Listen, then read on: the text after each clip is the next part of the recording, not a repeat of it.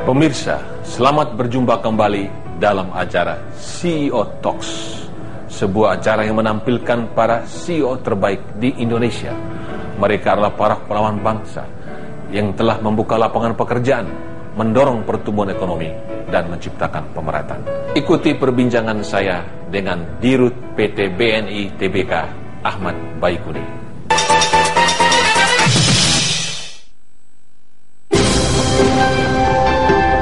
Pria kelahiran Surabaya pada 1 Januari 1957 ini resmi menjabat sebagai Direktur Utama PT Bank Negara Indonesia Persero Tbk sejak Maret 2015, menggantikan Gatot Suwondo yang telah habis masa jabatannya.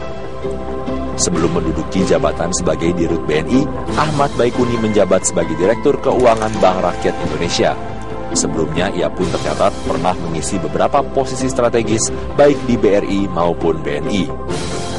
Lulusan Fakultas Ekonomi Universitas Padjadjaran Bandung, serta peraih gelar Master of Business Management dari Asian Institute of Management Makati, Filipina ini pernah mengikuti beberapa pelatihan, kursus, dan seminar perbankan baik di dalam maupun di luar negeri. Dengan beragam pengalaman, kemampuan, serta dukungan dari berbagai pihak, Ahmad Baikuni bertekad untuk memimpin BNI agar terus menjadi lembaga keuangan yang unggul dalam layanan dan kinerja.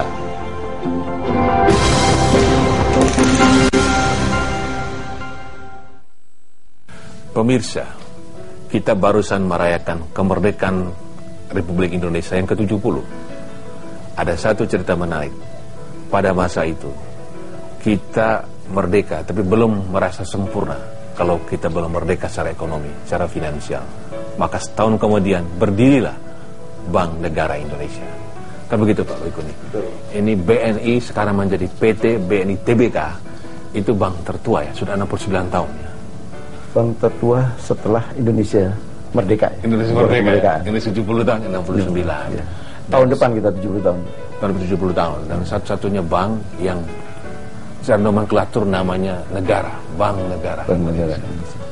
Luar biasa. Nah, sudah mengalami banyak perubahan. Logonya dulu pakai perahu ya. Perahu. Sekarang berubah.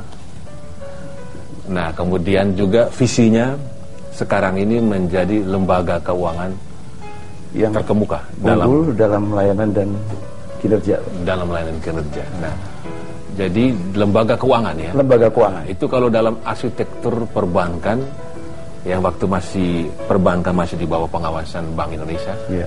API ya, itu ada Universal Bank universal. Ini barangkali BNI masuk ke sana ya. Betul Pak.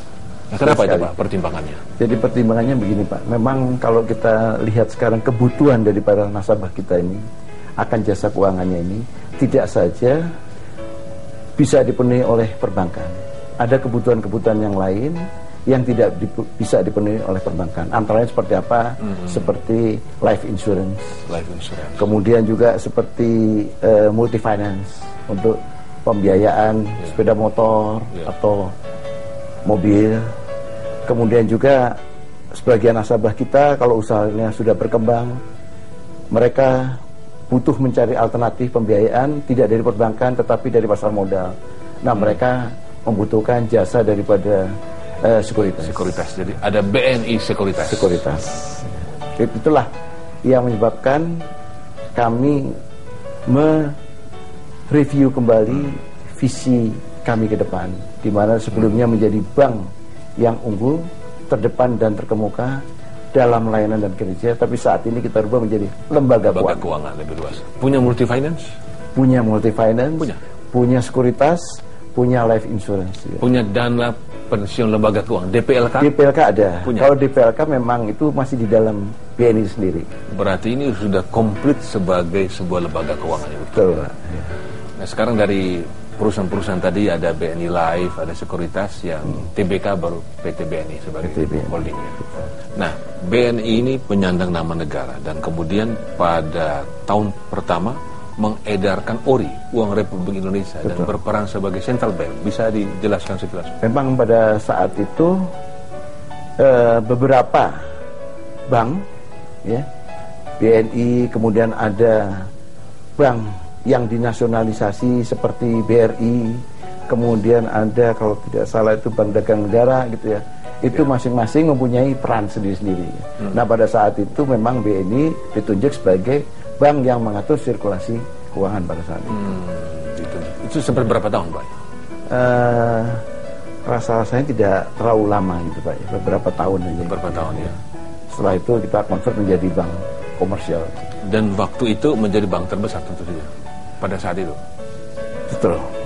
Sebenarnya BNI menjadi bank terbesar dalam arti kata aset ya, nomor satu itu sampai kurang lebih sekitar tahun menjelang krisis 98 ya. Nah, kemudian posisi BNI nomor satu itu bergeser menjadi nomor 2 karena ada yang merger tadi. Dari 4 bank menjadi satu bank yaitu Bank Mandiri. Nah, ini perkembangan dunia keuangan begitu dinamik, Pak.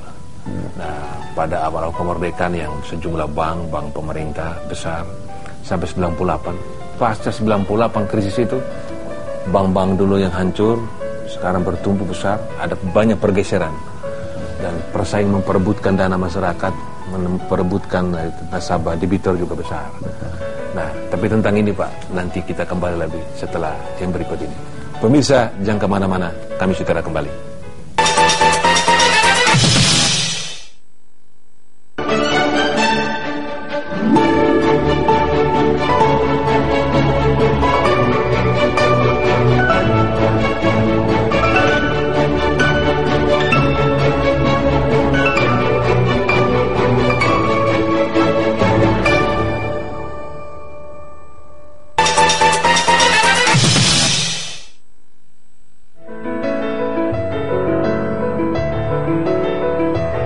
Pemirsa, Anda masih bersama saya Primus Nurmulu dalam acara CEO Talks. Pak Ahmad Baikuni, ini yang menarik sekarang ini kan player makin banyak dan asing juga datang. Indonesia ini termasuk yang menarik bagi investasi asing, khususnya perbankan. Ini bagaimana BNI mengantisipasi dan kemudian merebut peluang nih Pak? Kan Bapak udah ada di sini sudah sekian lama. Jadi ke depan itu Pak, ya memang persaingan itu perbankan akan semakin ketat, terlebih lagi dengan adanya masyarakat ekonomi ASEAN akhir tahun ini. Nah, untuk mengantisipasi hal tersebut, sebenarnya jauh-jauh hari kami sudah mempersiapkan diri. Apa-apa saja yang kami persiapkan diri, antara lain yang pertama adalah kita senantiasa ya meningkatkan kualitas dan kuantitas daripada sumber daya manusia kita.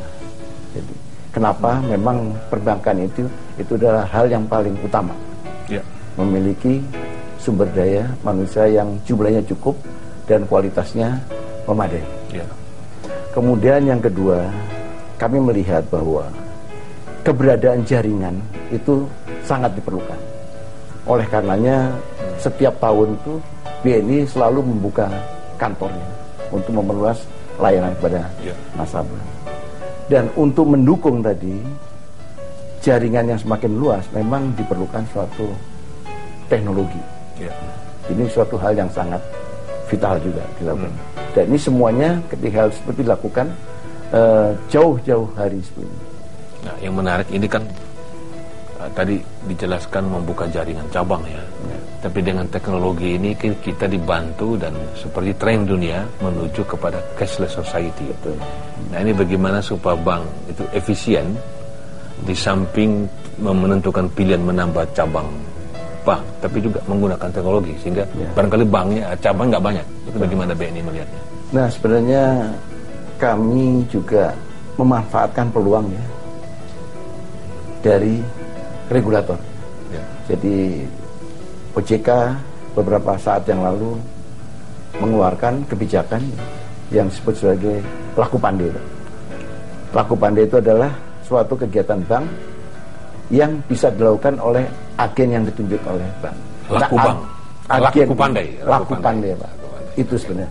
Itu adalah untuk bagaimana bank bisa melayani para nasabahnya yang lokasinya sangat jauh atau tidak terjangkau oleh kantor cabang kita. Nah, dengan kita menunjuk agen-agen perbankan tersebut, hal ini bisa kami lakukan. untuk melayani nasabah-nasabah yang berada di luar jangkauan daripada kantor cabang yang ada. Tentunya ini membutuhkan suatu dukungan IT. Ya. Makanya disebut sebagai branchless banking. Artinya kegiatan untuk melayani nasabah tanpa kehadiran daripada kantor cabang itu sendiri. Ya. Nah sekarang ini BNI udah kompetitif belum dalam bidang teknologi, dalam penggunaan IT, jadi memudahkan nasabah penyimpan maupun peminjamnya untuk bisa menggunakan, mengakses ke BNI. Ya. Dalam hal teknologi, sebenarnya BNI sudah bisa ya memenuhi segala kebutuhan daripada nasabahnya ya. Yang kebutuhan tadi utamanya yang berbasis teknologi tadi. Sebenarnya kami sudah bisa melayani seperti itu. Seperti halnya mobile banking, kami juga sudah memiliki, internet banking kami sudah memiliki juga. Dan kemudian kalau namanya ATM, jumlah daripada ATM sendiri juga semakin bertambah. Ya, dan ini saya lihat cabang sudah sampai ke, kalau kabupaten semua Indonesia, kabupaten sudah, bahkan masuk kecamatan. Kabupaten sudah. Di kabupaten saya yang jauh itu sudah ada BNI dan kantor terbesar Pak di daerah saya Pak. Ya. Rasa-rasanya BNI itu masuk ke Nusa Tenggara Timur itu di awal 90-an Pak. 90-an. Awal itu 90-an. Kota-kota ND mau main. Betul, tapi ini Pak. masuk Kota Mbai, kota kabupaten baru. Itu lebih besar daripada bank-bank yang lama. Betul. Jadi bagus. Jadi terima kasih BNI sudah bagaimana.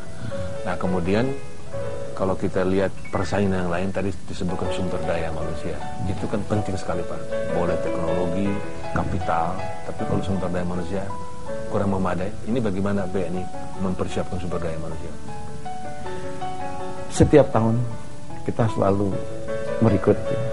Dan mengirim sekolah juga? Ya, fresh graduate ya, dalam arti kata mereka lah yang menjadi calon pimpinan BNI di masa yang akan datang. Nah program tersebut adalah yang kita sebut sebagai ODP, Official Development Program. Nah ini secara reguler kita rekrut setiap tahun.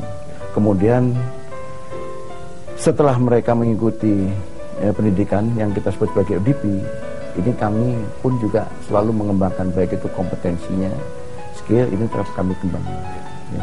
Bahkan juga kami mengirimkan beberapa tenaga kami untuk mengambil program pendidikan yang lebih lanjut seperti S2, itu kami juga telah mengirimkan. Nah, BNI juga salah satu bank nasional, mungkin nggak banyak ya, beberapa bank nasional yang punya cabang di luar negeri. Betul. Nah, tentang itu nanti kita masuk kepada segmen berikut. Pemirsa, kami segera kembali.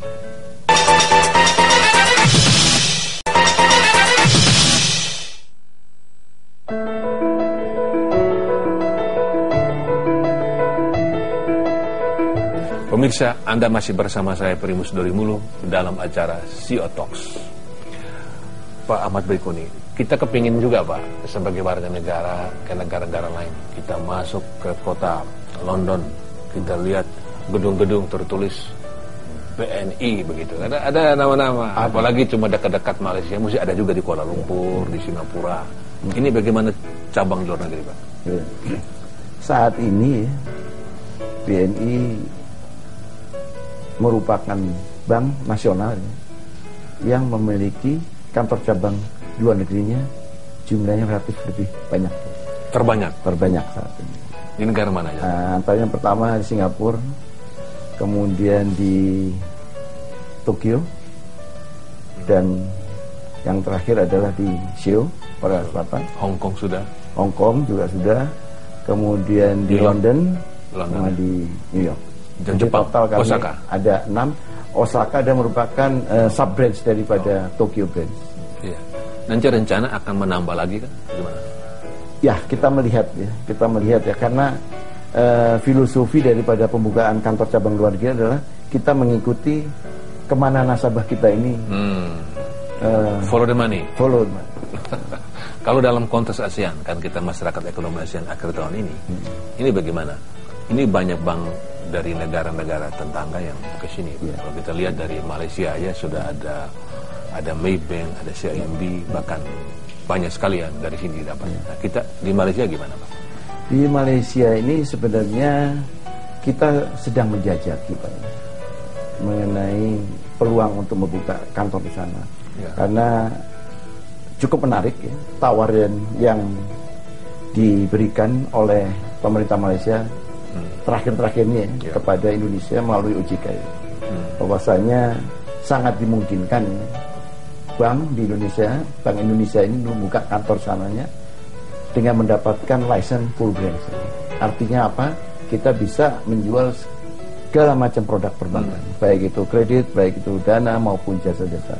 Dan ini kita tangkap menjadi suatu peluang. Lagi dikaji. Sedang di. Ya. Kapan masuk ke sana? Rasa-rasanya kita fokus dulu Pak setelah Seoul ini. Ya.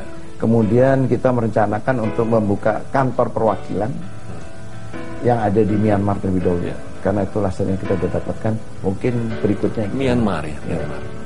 Nah, kita keluar harus. Tetapi dalam negeri potensi kita masih besar. Kalau kita lihat rasio DPK terhadap PDB kan kita masih berada 40%. Ya, kredit terhadap rasio kredit terhadap GDP barangkali 30%. Jadi posisi itu besar sekali. Bagaimana?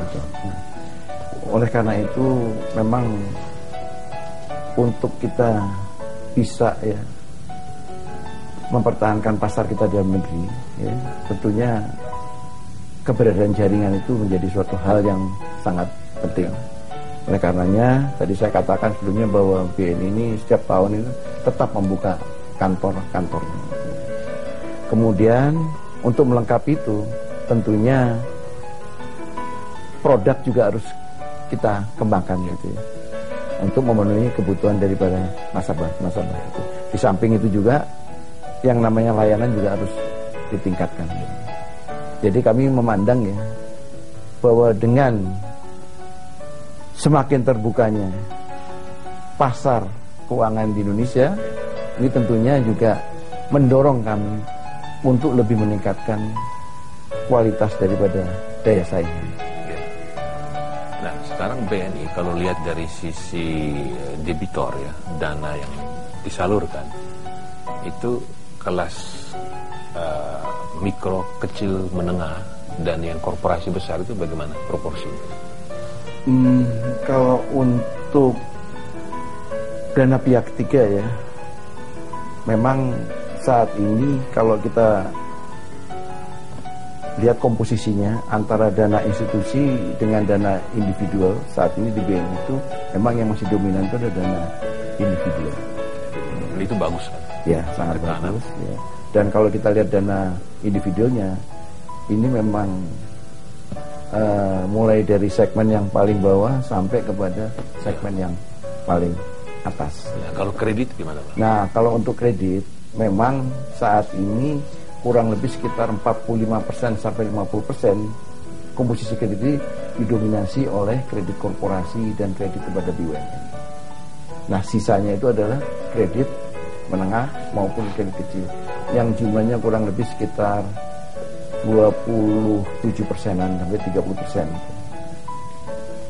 Cukup sehat nggak Pak yang kredit kepada korporasi ini? Artinya dilihat dari NPL gimana? Kalau kita lihat NPL saat ini, kemarin kita sudah melakukan publikasi kinerja keuangan kita per September ini. Memang NPL kita saat ini berada di kisaran angka 2,8%. Sebenarnya angka ini itu net atau gross? Gross. Gross aja sudah itu. Netnya 0,7. Berarti ekonomi kita nggak jauh-jauh amat juga. Ya. Artinya kalau kita lihat dalam kondisi seperti ini ya, sepertinya kalau kita bandingkan dengan masa-masa yang lalu sebenarnya ini sangat jauh Pak. Sangat jauh. Bagi 98 ini nggak ada Iya, apa-apa. ini nggak ada apa-apanya. Iya. Kan pada waktu 98 tuh NPL udah double digit kan. Betul. Pemirsa, bagaimana BNI ke depan? Kami segera kembali.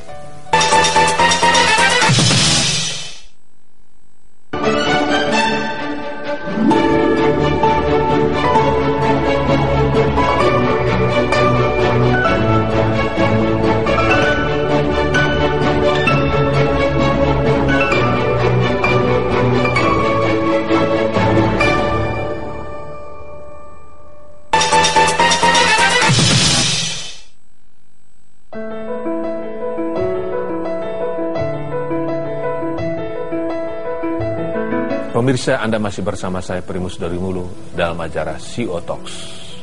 Pak Ahmad Baikuni, menarik ternyata NPL BNI pada kuartal ketiga September 2015 itu 2,8 itu gross. Dan rata-rata perbankan nasional tidak menembus 3 ya? Secara rata-rata sekitar 2,7. 2,7. Jadi di bawah daripada BNI sendiri. Nah, bagaimana BNI ke depan, Pak? Tadi digambarkan pada awal tadi bahwa sedikit perubahan visi dari bank menjadi lembaga keuangan terdepan dalam melayani dan kinerja ya. Nah, ini ke depan gimana? Anda sebagai komandan membawa BNI ke depan. Apakah BNI Life mau go public juga atau yang ini sekuritas? Memang ke depannya ini yang akan kami lakukan adalah bagaimana kami dapat mempercepat pertumbuhan bisnis. Kami melihat beberapa tahun terakhir memang pertumbuhan daripada BNI ini sedikit di bawah daripada pertumbuhan industri. Ya. Oleh karenanya kita melihat bahwa sebenarnya cukup banyak kesempatan-kesempatan peluang-peluang ya untuk kita bisa tumbuh lebih cepat. Artinya kalau kita melihat sumber daya yang ada di dalam SDM yang dari segi kualitas maupun kuantitasnya sudah cukup ya. Kemudian kalau kita lihat juga prasarana yang sudah dimiliki, jaringan kantor, kemudian IT ya, kemudian produknya itu sendiri, sebenarnya bagi kami ini bisa ya mempercepat pertumbuhan bisnis. Nah, memang kuncinya sekarang itu bagaimana kami bisa melakukan ya, eksekusi daripada strategi-strategi yang ada itu secara konsisten. Nah, jadi ke depan ini dengan ya kita punya infrastruktur bangun, mudah-mudahan industri juga akan ke depan, Pak. Ya, sebenarnya saat ini merupakan waktu yang bagus ya, bagi perusahaan-perusahaan yang ingin mengembangkan usahanya ya untuk melakukan investasi. Pak Ahmad Baikuni, ini Anda sudah dari tahun 94 menjadi bankir ya. Nah, apa kunci sukses Anda pribadi dalam meniti karir ini, Pak? Bisa menjadi direktur bolak-balik dari BNI ya, kemudian pindah ke BRI, langsung balik direktur utama. Mungkin kalau saya melihat ya, artinya apa yang saya lakukan ya, sebenarnya itu sangat sederhana. Dalam bekerja saya selalu fokus kepada apa yang menjadi target kita ke depan. Itu yang paling fokus. Dan yang kedua memang kita harus disiplin, Pak. Disiplin penting, Pak. Sangat penting. Bagi saya itu nomor 1. Fokus disiplin. Dan dalam fokus itu memang kita harus lebih tajam lagi ya. Fokus sesuai dengan skala prioritas. Fokus, disiplin dan sesuai skala prioritas. Nah, kunci sukses untuk BNI sendiri bagaimana? BNI bagaimanapun juga prestasi Pak BNI. Ya. Sebenarnya untuk kedepannya memang sangat diperlukan ya. BNI ini bisa melakukan sinergi. Ya. Sinergi dengan siapa? Sinergi dengan anak-anak perusahaannya. Kemudian sinergi dengan siapa? Sinergi dengan nasabah-nasabah daripada BNI itu sendiri maupun nasabah daripada anak perusahaan itu sendiri. Nah, apabila ini bisa kita lakukan, itu akan menghasilkan suatu peluang bisnis yang sangat besar.